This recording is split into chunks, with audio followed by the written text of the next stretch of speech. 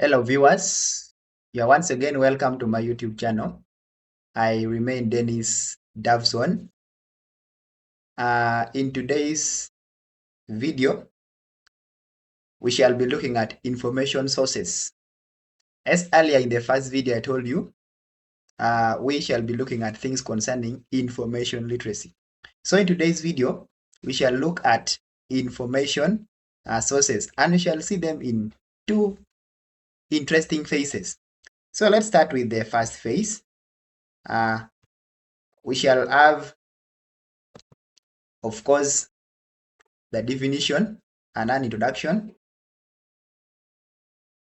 Information literacy, by definition, we talked about it in the first video. So also we need to define information sources.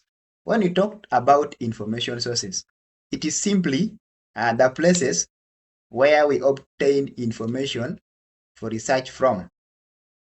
By understanding the different sources, we are able to find accurate and relevant information. So as we know, usually when you understand something, you can easily come up with something better and best out of what you understand.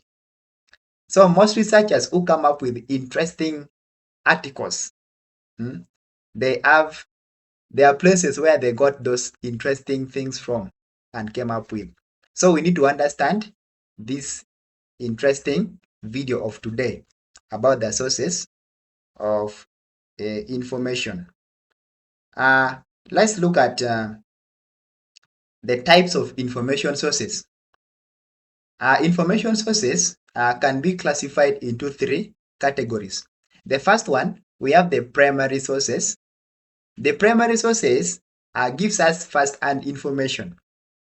And the examples of the primary sources that we know are research papers, diaries, interviews, speeches, then historical documents. So from those documents or the original artwork, we are able to get a primary information, something you look for and get before any other person. So that is the rightful primary information, source of the information, and it's really very, very interesting. The next one, we have the secondary source of information. This one analyzes, interprets, and summarizes the primary sources. So from the primary sources that I've talked about, we are able to get another source, which is secondary.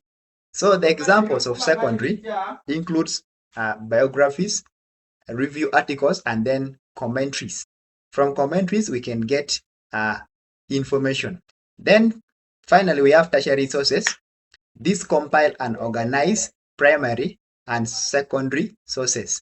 For example, encyclopedias, dictionaries, indexes, and databases. Of course, not forgetting that whatever information you get from any source, you need to cite them and acknowledge the authors. And then the next one, we have choosing the rightful source.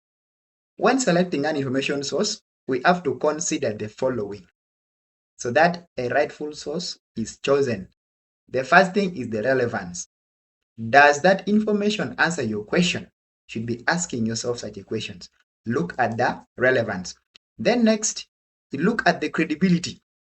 Make sure that the author is trustworthy.